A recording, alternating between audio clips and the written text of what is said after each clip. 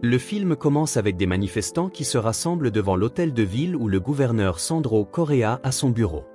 Il est connu que le gouverneur Correa a été désigné comme suspect dans une affaire de détournement de fonds d'État destinés à l'achat d'équipements hospitaliers indispensables pour la communauté.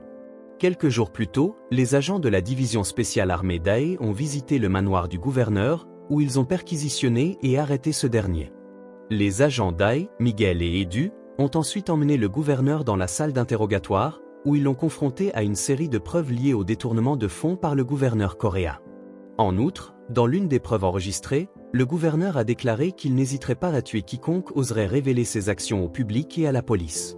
Le gouverneur Correa a même ouvertement versé de l'argent pour soudoyer le bureau du procureur afin d'échapper au piège juridique. On dirait que nous avons affaire à un gouvernement pourri. Peu de temps après, l'avocat du gouverneur arriva et demanda comment allait sa famille en vacances à Miami. Son avocat l'informa alors qu'il avait contacté le bureau du procureur et que le gouverneur passerait un certain temps à domicile en attendant son procès. Se rendant compte qu'il serait bientôt libéré, le gouverneur Correa demanda à son avocat de préparer ses gardes personnels, car il anticipait une attaque contre lui en lien avec l'affaire de détournement de fonds. Le bureau du procureur ayant jugé les preuves liées au détournement de fonds de santé insuffisantes, il fut autorisé à rentrer chez lui et à être placé en assignation à domicile jusqu'à la fin de l'enquête. Miguel et Edu furent ensuite renvoyés chez eux par leur commandant. En rentrant chez lui, Miguel vit sa petite fille endormie sur le canapé. Il la prit alors dans ses bras et la déplaça vers le lit. Sa fille se réveilla, lui souhaita bonne nuit et le complimenta pour son travail acharné à arrêter les criminels. Le lendemain, Miguel prévoyait d'emmener sa fille à un match de football.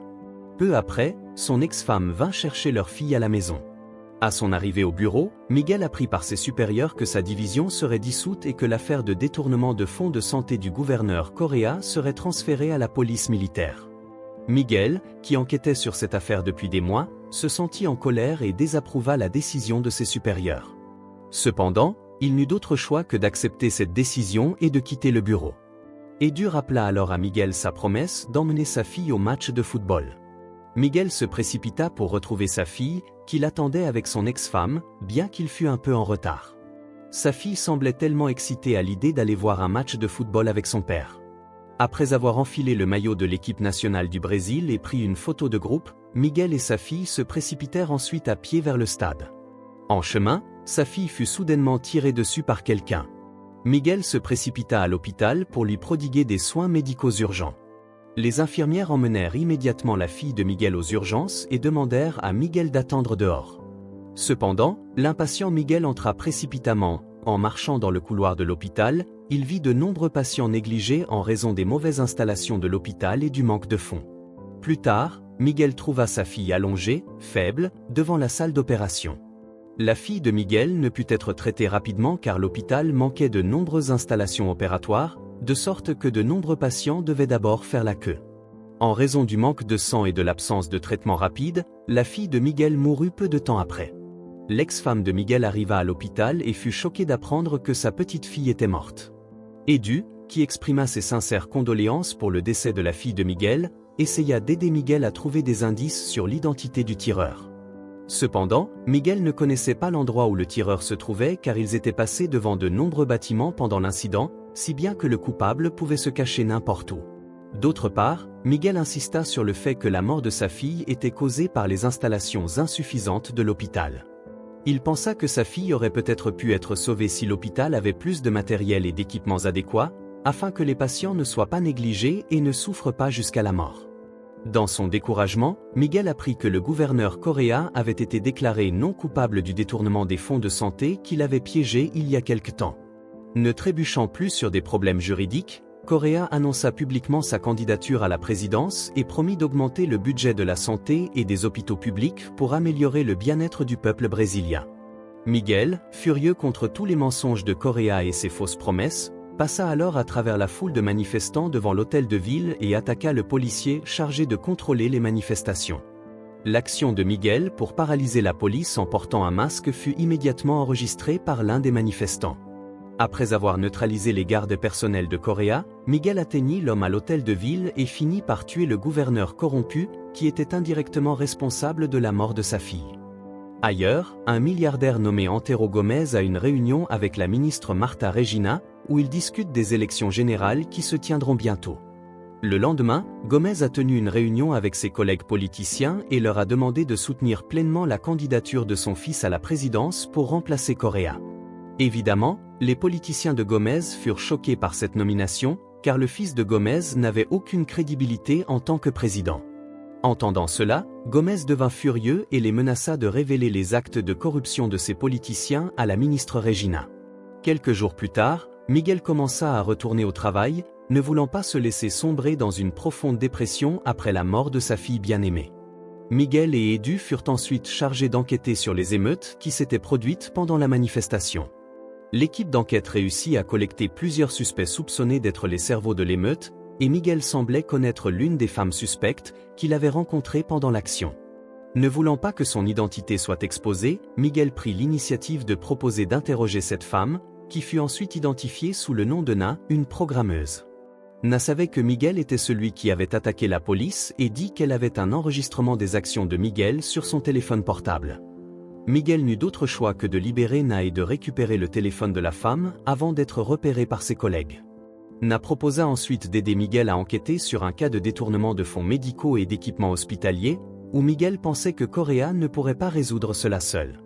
En effet, après que Na eut piraté l'ordinateur portable personnel de Correa, Miguel découvrit des informations importantes sur les personnes impliquées dans l'affaire de détournement, qui n'étaient autres que Gomes et ses collègues politiciens. Sans hésiter, Miguel se prépara et se mit à cibler un par un les fonctionnaires et politiciens corrompus, également responsables de la mort de sa petite fille. Miguel les tua tous, portant le même masque pour se déguiser. Les nouvelles des décès successifs des politiciens attirèrent l'attention du public. Sachant que tout cela était l'œuvre de Miguel, Na demanda à son patron si l'auteur de ces meurtres pouvait être considéré comme un héros. Après cela, Miguel alla voir Na au travail et lui demanda de trouver la personne qui finançait les campagnes de ces politiciens corrompus avec ses capacités. Initialement, Na refusa, mais Miguel lui proposa de réduire la peine de sa mère, qui était en prison après avoir été faite bouc émissaire. Na alla alors rendre visite à sa mère en prison et lui posa des questions sur la valeur de la vérité, mais sa mère répondit que la vérité n'était qu'une illusion, car la vérité pour une personne n'était pas nécessairement la même pour une autre. Après avoir rencontré sa mère, Na décida d'aider Miguel à trouver la personne qui finançait la campagne de Correa et d'autres fonctionnaires corrompus qui n'étaient autres que Gomes. Na pirata ensuite le système de caméras de surveillance dans un bâtiment où Gomes allait avoir une réunion avec Regina. Pendant ce temps, Miguel, qui ne voulait pas être suspecté en raison de ses fréquentes disparitions, fit semblant d'aider Edu, qui enquêtait sur une affaire de meurtre en série visant des fonctionnaires corrompus. Edu informa Miguel que le tueur, surnommé l'éveilleur, était un membre des forces spéciales ou quelque chose comme ça, car il était très entraîné à utiliser des armes, éliminer les traces et tuer avec un seul coup. Sachant que son meilleur ami commençait à révéler son déguisement, Miguel demanda à Edu de se reposer et de reporter son travail. Après avoir aidé Edu, Miguel partit accomplir sa mission. D'autre part, Edu réussit à découvrir la prochaine cible de l'éveilleur, qui n'était autre que la ministre Marta Regina. Edu tenta alors de contacter Miguel pour l'informer de cela et lui demanda de se rendre immédiatement à l'endroit où la ministre Regina aurait une réunion avec Gomes. Cependant, comme Edu ne parvenait pas à joindre Miguel, il partit seul. En arrivant sur place, Edu rencontra finalement l'éveilleur, qui n'était autre que Miguel. Miguel, ne voulant pas se battre contre Edu, tenta d'échapper à la poursuite d'Edu et fut blessé par balle. Miguel annula immédiatement sa mission de tuer Regina et partit de là. Miguel rencontra ensuite Na, qui soigna sa blessure. Le lendemain, Miguel et Edu présentèrent les résultats de leur enquête devant leurs collègues, où ils réussirent tous deux à obtenir des preuves que la ministre Regina avait collaboré avec Antero Gomes, la personne qui avait financé la campagne de ces fonctionnaires corrompus. Miguel et Edu, avec une équipe d'enquêteurs, décidèrent d'enquêter sur la ministre Regina. Cependant, peu après, leurs supérieurs arrivèrent et rejetèrent tous les résultats de l'enquête menée par Miguel et Edu. L'homme leur dit également qu'ils devaient arrêter l'enquête sur la ministre Regina, ce qui indiquait que leur supérieur avait été soudoyé par Gomes. Agacé par la décision de son supérieur, Miguel décida d'exécuter Gomes de ses propres mains.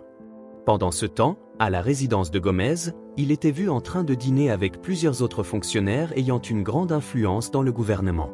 Le fils de Gomes semblait aussi être là, et le jeune homme paraissait mal à l'aise en compagnie de ses fonctionnaires et politiciens. Le fils de Gomez s'excusa un moment, où le jeune homme rencontra sa mère et lui révéla qu'il n'était pas prêt à devenir président, mais qu'il voulait rendre son père fier, alors il accepta quand son père lui demanda. Gomez, qui entendit cela, tenta alors de calmer et encourager son fils. Cependant, à leur insu, Miguel était déjà quelque part et tira sur le fils de Gomez, le tuant. Miguel tua délibérément le fils de Gomez pour faire en sorte que l'homme reconnaisse sa culpabilité, mais comme il s'avéra, Gomez utilisa plutôt la mort de son fils comme une opportunité pour obtenir la sympathie publique et se nommer lui-même en tant que nouveau candidat à la présidence, remplaçant son fils. D'autre part, il se révéla que Gomez était aussi impliqué dans l'enquête sur les morts de ses collègues, en ordonnant à son avocat, un homme nommé Canada, de mener l'enquête. Canada découvrit finalement que l'éveilleur avait un partenaire, pensant que le patron de Nina était le partenaire de l'éveilleur. Sarah tua alors l'homme. Peu après, Na arriva à son lieu de travail et découvrit que son patron était mort. Effrayé, Na se précipita alors au refuge de Miguel, mais à son insu, Na était suivi par les hommes de main de Sarah qui attaquèrent immédiatement le refuge de Miguel en lançant une série d'attaques.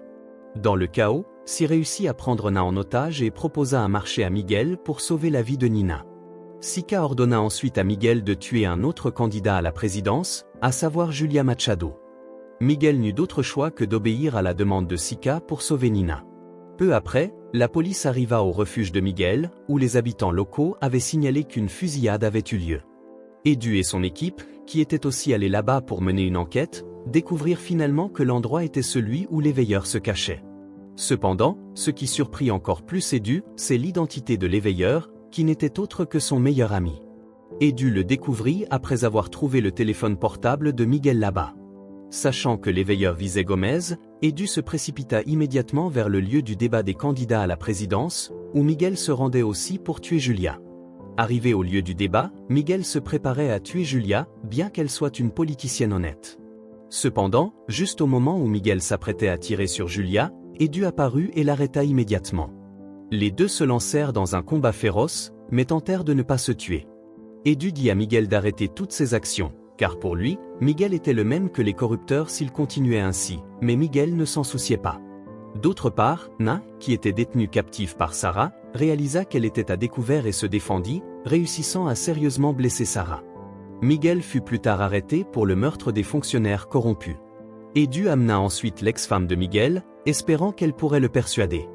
Son ex-femme dit que leur fille serait très embarrassée d'apprendre les actes de vigilantisme actuels de Miguel et ne serait pas fière de son père. À travers des émissions télévisées, Miguel apprit qu'Antero Gomez obtenait de meilleurs résultats grâce à la mort de son fils, ce qui faisait que le public lui témoignait de la sympathie et le soutenait. Lorsque Miguel s'apprêtait à être interrogé, l'un de ses supérieurs, le député Das, tenta de le tuer, mais Miguel réussit à renverser la situation et à tuer l'homme. Sachant qu'Antero Gomez se rapprochait de la présidence, Miguel s'échappa alors de la prison et se prépara avec des armes et des munitions pour lancer sa revanche. Miguel se précipita immédiatement vers le bâtiment du Parlement, où Gomez et ses collègues politiciens célébraient une victoire temporaire, car Gomez avait réussi à battre Julia en points. Sans hésiter, Miguel entra en force dans le bâtiment du Parlement et massacra tous les hommes et collègues de Gomez. Lorsqu'il affronta enfin Gomez dans son bureau, ce dernier lui dit que la corruption ne disparaîtrait jamais du monde parce que la cupidité est une caractéristique humaine de base. Miguel, qui en avait assez, tira sur Gomez jusqu'à le tuer. Après avoir tué Gomez, Miguel fut confronté aux hommes de Gomez qui le trouvèrent en visant avec leurs armes. Cependant, Miguel était venu avec une préparation minutieuse et un plan où il avait déjà préparé une bombe qu'il avait placée dans sa voiture. Miguel appuya alors sur le détonateur de la bombe et immédiatement, le bâtiment explosa, réduisant tout en cendres avec Miguel. Le lendemain, lorsque la police et l'équipe de la criminalistique fouillèrent la scène du crime, ils trouvèrent seulement le masque porté par l'éveilleur, mais ne retrouvèrent pas le corps de Miguel. Le film se termine en montrant la silhouette de l'éveilleur, qui se prépare à tirer sur sa cible depuis le sommet du bâtiment. Il est inconnu si l'éveilleur est Miguel, qui a survécu à l'explosion, ou quelqu'un d'autre qui a décidé de poursuivre sa mission pour éradiquer les corrupteurs.